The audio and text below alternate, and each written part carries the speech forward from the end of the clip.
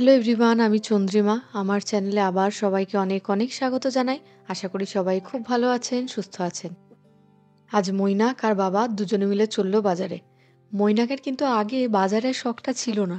এই সুইডেনে থাকতে থাকতে আস্তে আস্তে বাজার করার ইচ্ছাটা জেগেছে। আর এখানে এসে আরও বেশি জাগে, কারণ ওই রাস্তার ধারে এত সবজি বাজার, এগুলো এখন মিস করে। ওই যখন দাঁত থাকে দাঁতের মর্ম বোঝে না তো। আর এখন এগুলো সুইডেনে পায় না বলে আরও বেশি করে বাজারে আসে। এই যে জায়গাটা দেখছেন, এটা হচ্ছে বাঁশদ্রোণী বাজার। অনেকেই চেনেন, খুব ফেমাস বাজার এটা। সব কিছু পাওয়া যায়, জুতো থেকে সুতো। আজ অবশ্য বাজারে আসার বিশেষ কারণও আছে। আমার ছোট্ট এক ননদের আজকে আইবুড়ো ভাত।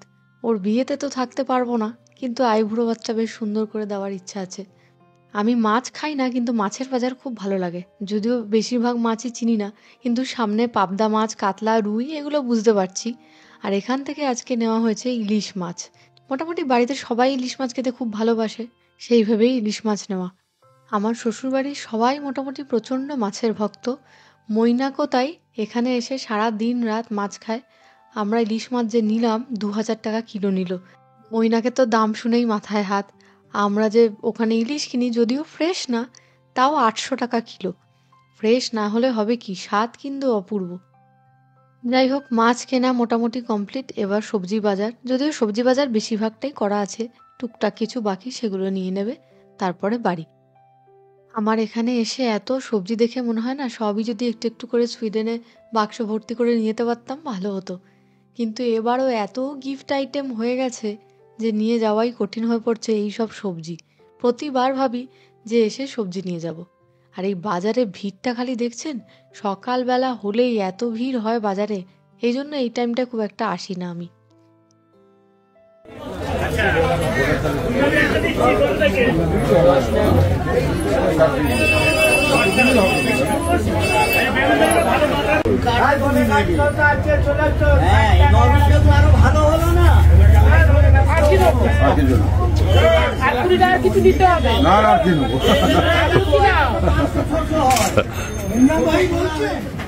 প্রতিটা বাজারে দেখেছি একটা করে মন্দির কিছু না কিছু থাকবেই।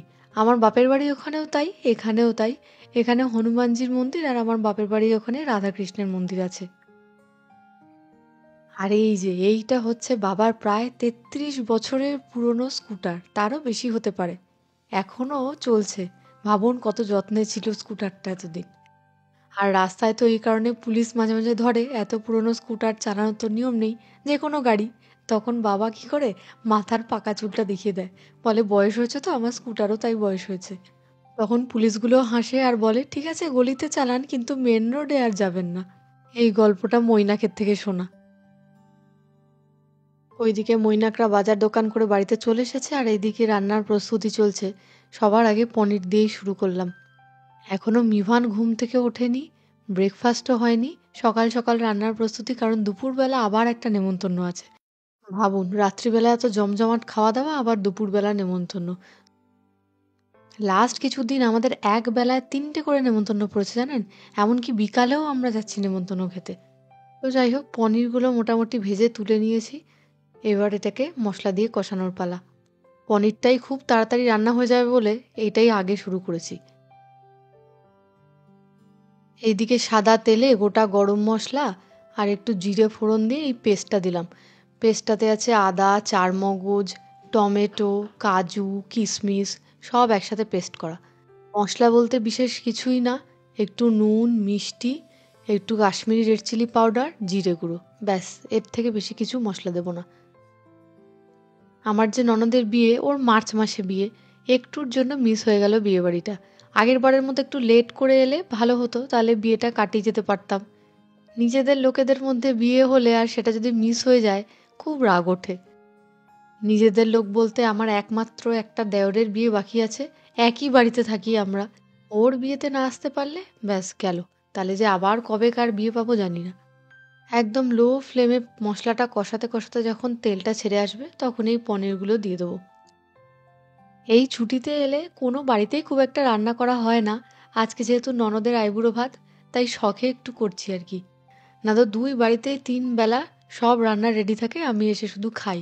এটাই মজা ছুটিতে আসার। আর এখানে লাস্টে কসুরি মেথি, একটু গরম মশলা আর কাঁচা লঙ্কা দিয়ে নাড়িয়ে ছাড়িয়ে নামিয়ে নেবো, ব্যাস তাহলেই রেডি। ও বলতে ভুলে গেছিলাম, আগে থেকে একটু সেদ্ধ করা কড়াইশুঁটি ছিল, সেটাও দিয়ে দিয়েছি।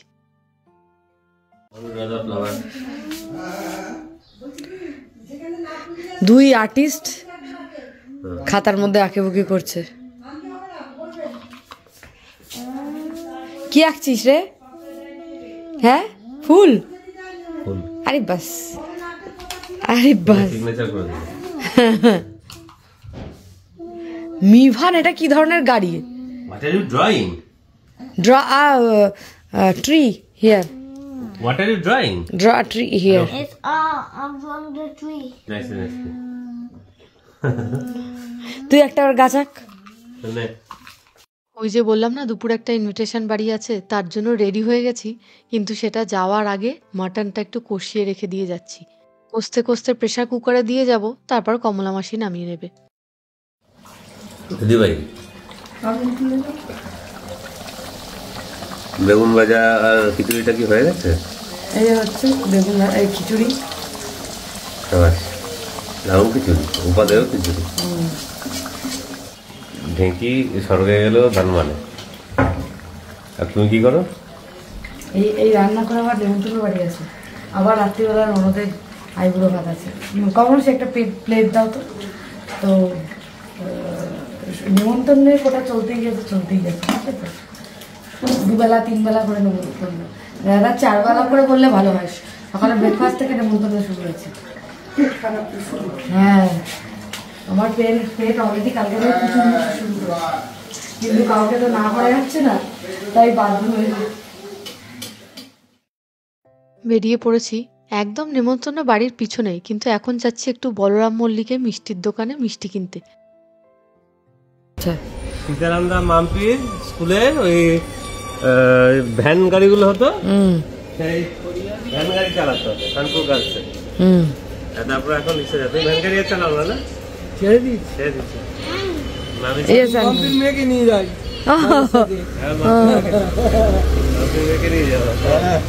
জেনারেশনের পর জেনারেশন। আমার নাকতলায় সব থেকে বেশি অ্যাট্রাকশন কিসে হয় জানেন? সব বাড়ির কাছে।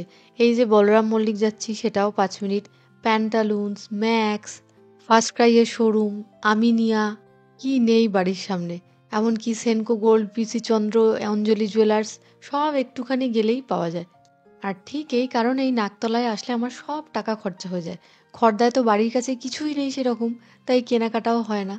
যাই হোক, চলে এসেছি বলরাম মল্লিকে। এখানে মিষ্টিগুলো এত লোভনীয় যে কি বলবো। দাম আছে, কিন্তু সেই রকমই কোয়ালিটি আর কি। আর আমার সব থেকে পছন্দের হচ্ছে বেকড রসগোল্লা। এই বেকড রসগোল্লা জিনিসটা আমি খেয়েছিলাম বিয়ের পরে প্রথম কামধেনু থেকে, বাবা কিনে এনেছিল তখন। তাই আমি ডিসাইড করেছিলাম আমার অ্যানিভার্সারিতেও বানাবো। কথায় কথায় বলতে ভুলেই গেছি, আজকে নিমন্ত্রণ আছে। সেই যে কাকু কাকিমা এসেছিল সুইডেনে আমাদের বাড়িতে, মনে আছে? সেই কাকু কাকিমার বাড়িতে, একদম আমাদের বাড়ির পিছনেই বাড়ি। আমাদের বাড়ির পাশে যে শীতলা মন্দিরটা, সেই মন্দিরটা ওনাদের। কিন্তু সুগার আছে যেহেতু কাকুর, তাই জন্য সুগার ফ্রি মিষ্টি দেখছি। তো এখানে একটা ডাব সন্দেশ আছে, সেটা বললো সুগার ফ্রি, তো তাই জন্য সেইটাই নিলাম। ওই যে দেখুন একদম নিচের দিকে গ্রিন কালারের বাটিতে, ওটা হচ্ছে ডাব সন্দেশ। বললো ওটাই মিষ্টি সব থেকে কম, তাই জন্য ওটাই নিয়েছি। যাই হোক, মোটামুটি মিষ্টি নেওয়া হয়ে গেছে, চলুন এবার টুকটুক করে যাই। নিমন্ত্রণ বাড়ি থেকে ফিরে এসে আবার বাকি রান্না কমপ্লিট করতে হবে। এই কারণেই আইবুড়ো ভাতটা আসলে রাতে রেখেছি, কারণ দুপুরবেলা যে আবার নিমন্ত্রণ আছে। চলে এসেছি বাড়িতে কাকুর। দারুণ রোদ আসছে জানলার পাশ দিয়ে, তাই জন্য মিভান এখানে বসে গেছে। বাড়িটা খুব সুন্দর, পরে কোনো একদিন দেখাবো। এত ভিডিও করতে পারিনি, প্রথমবার এসেছি তো, পরের বার দেশে এলে নিশ্চয়ই দেখাবো। এই কালারের সেটটা কাকিমা দিয়েছে, ব্যাস ওই নিয়ে বসে গেছে। এবার দাঁড়ান, এলাহি খাওয়া দাওয়ার কি আয়োজন হয়েছে দেখাই। দুপুরে এত এলাহি খাওয়া দাওয়া, রাতেও সেম রয়েছে। খালি ভাবুন আমাদের অবস্থাটা কি কঠিন। রয়েছে ভাত, বিশাল বড় বড় চিংড়ির মালাইকারি, ভেটকি ফ্রাই, মুসুর ডাল, বেগুনি, মাটন কষা, চাটনি, স্যালাড। এত সাজিয়ে খাওয়া দাওয়ার আয়োজন। একঘেয়ে নিজের হাতে রান্না খেতে খেতে যখন বিরক্ত লেগে যায়, এইসব খাবার সত্যি অমৃত মনে হয়। আগামী 1.5 বছরের জন্য মন পেট সব ভরিয়ে নিয়ে যাচ্ছি। কবে আবার এরকম মাটন পাবো তো জানি না। চলে এসেছি বাড়িতে। এখন সন্ধে হয়ে গেছে প্রায়, সব লোকজন আসবে বলে এই জায়গাটা খালি করছি। আমাদের ট্রলি মোটামুটি গোছানো হয়ে গেছে, কারণ যাওয়ার দিন এলো বলে কাছেই। মানে কি করে যে চোখের নিমিষে 42টা দিন কেটে যাচ্ছে, মানে গুণে শেষ করতে পারছি না। একটা একটা করে দিন যাচ্ছে আর মনে হচ্ছে আর তো হয়েই গেল। আর এদিকে কমলা মাসি পোলাওয়ের প্রস্তুতি নিচ্ছে। কমল মাসি খুব ভালো পোলাও বানায় বলে পোলাওয়ের দায়িত্বটা খালি মাসির জন্য। পোলাওটা হতে থাক, রাইস কুকারে হবে। চলুন ততক্ষণ কাকিমা, মানে যার আইবুড়ো ভাত আমার ননদ, সে এসে গেছে, যাই দেখা করি। দেখেছো এই ওরে বাবা, এই সুজানা নেই, আমাদের একটা রেকর্ড করে দাও। আমার সুন্দরী শাশুমা, ইয়াং শাশুমা, 10 বছর ধরে সেম 10 বছর হয়ে গেল একই রকম। আমি আবার চুল পেকে গেছি।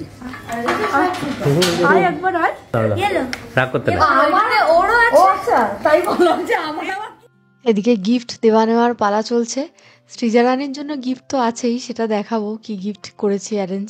মানে আমার ননদের নাম সৃজা, আর এটা হচ্ছে কাকিমার শাশুড়ি, আর ওইদিকে হচ্ছে কাকা শ্বশুর। এদিকে কুটুর জন্য গিফট নিয়ে এসেছি, সেগুলোও দিয়ে দিলাম। কি খুশি দেখুন না। আর এদিকে মাম্পি ভাজছে ফিশ ফ্রাই।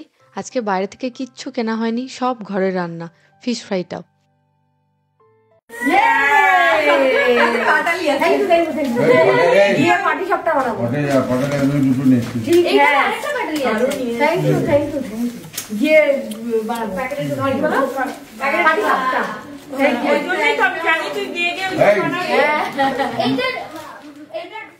এদিকে দুই ভাই বোনের কি আদর দেখুন।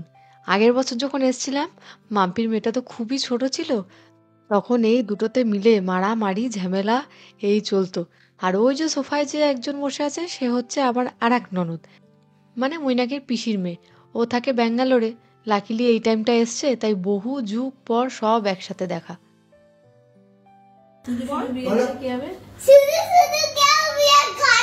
তাহলে কি করে?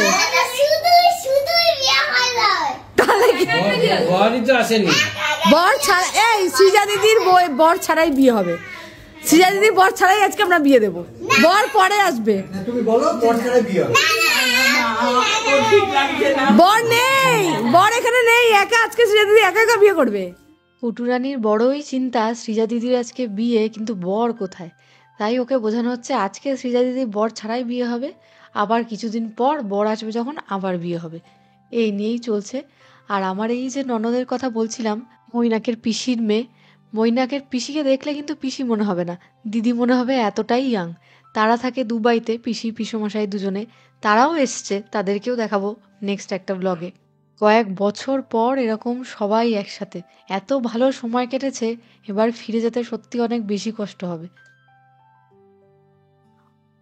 খাবার মোটামুটি সব রেডি, এবার সার্ভ করে দিই। কি কাণ্ড করেছি জানেন, এই যে ইলিশ মাছ এনেছি, সৃজা ছাড়া বাকি সবাইকে দিতে ভুলে গেছি। মানে কাকু কাকিমা কেউ পায়নি ইলিশ মাছ। পরে আমার এত খারাপ লাগছে, পরের দিন গিয়ে মনে পড়েছে। আর এই মাটির থালা বাসন বেলার দিকে আমি টুক করে এই সামনেই বাঁশদ্রোণী বাজার থেকে আবার কিনে নিয়ে এসেছি। মৈনাকের ভরসায় কিনি না, কারণ সাইজ উল্টো পাল্টা, আমি চোখে দেখলে তাও একটা আন্দাজ করতে পারবো আর কি। আজকে নিমন্ত্রণ বাড়ি ছিল বলে দুপুরবেলা যা তাড়াহুড়োয় সব রান্না করেছি, জানি না কেমন খেতে হয়েছে, সব খেতে বসে বুঝতে পারবে। আজকের মেনুতে আছে লুচি, পোলাও, 5 রকমের ভাজা, ছোলার ডাল, পনির, ইলিশ মাছ, মাটন কষা, ফিশ ফ্রাই, মিষ্টি, পাটিসাপটা। তো যাই হোক, চলুন এবার আসল বউকে বসানো যাক। ও চাটনিও রয়েছে।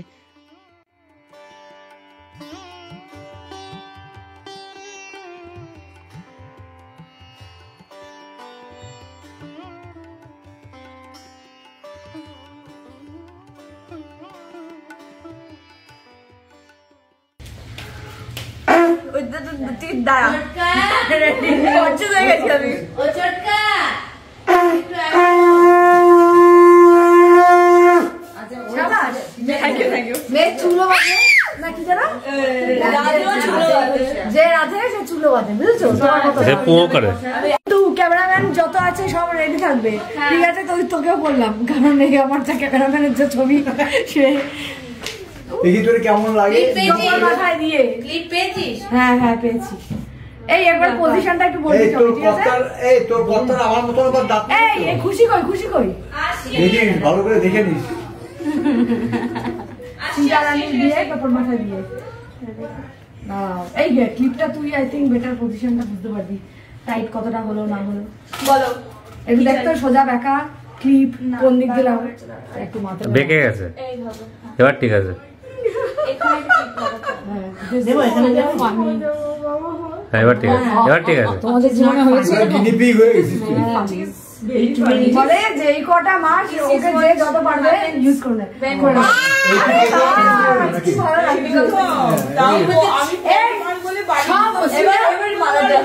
এবার সবাই কিন্তু ছবি তুলবে একসাথে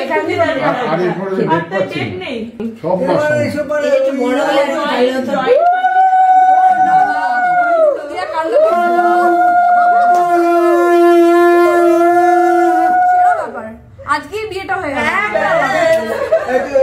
ভাবি কর্তারে একটা ছবি পাঠাই ছবি দাও এই ছবি তুমি দাও এই যে পুরো পরিবারের ফটোশুট। ছোটকাকে দেখুন লুঙ্গি পরিয়ে দাঁড়িয়ে গেছে।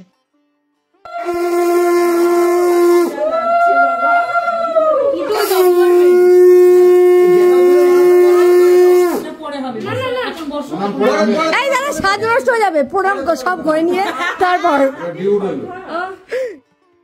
এদিকে সৃজা খেতে থাক, ও তো খায়ও খুব কম, জানি সব থেকেই অল্প অল্প করে তুলে তুলে হয়তো খাবে, আর বাকিদের ততক্ষণ খেতে দিয়ে দিই, কারণ বাচ্চাগুলো আছে ওদের তো খিদে পেয়ে গেছে।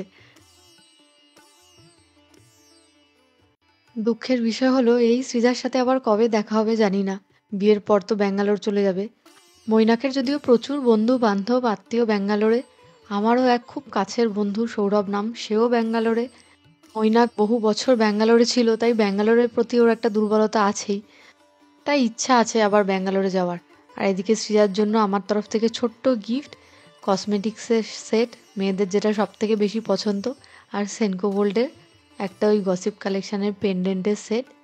এটা যখন প্যাক করছিলাম মৈনাককে বললাম একটু ক্যামেরাটা ধরে দাও, ওর এসবে নেই, পালিয়ে গেছে, তাই আর ভিডিও করা হয়নি যে এর ভেতরে কী কী আছে। যাই হোক, মেয়েদের যা যা পছন্দ, লিপস্টিক, নেলপালিশ, কাজল, আইলাইনার, এইসব জাতীয় জিনিস। আর এদিকে গল্প করতে করতে আজকে ভিডিওটা এখানেই শেষ করব। আবার খুব জলদি দেখা হবে নতুন একটা ভিডিও নিয়ে। সবাই খুব ভালো থাকবেন, সুস্থ থাকবেন, আর অনেক আনন্দ থাকবেন। Bye bye. হ্যাঁ বেচারা একা বসে রয়েছে রে, সবাই খেয়ে চলে যাচ্ছে, ও একা বসে রয়েছে। আমি আর উঠতে পারবো না, পেট পুরো। থ্যাংক ইউ হ্যাঁ সবকিছু যে একটু একটু হলেও খেয়েছে, থ্যাংক ইউ তার জন্য।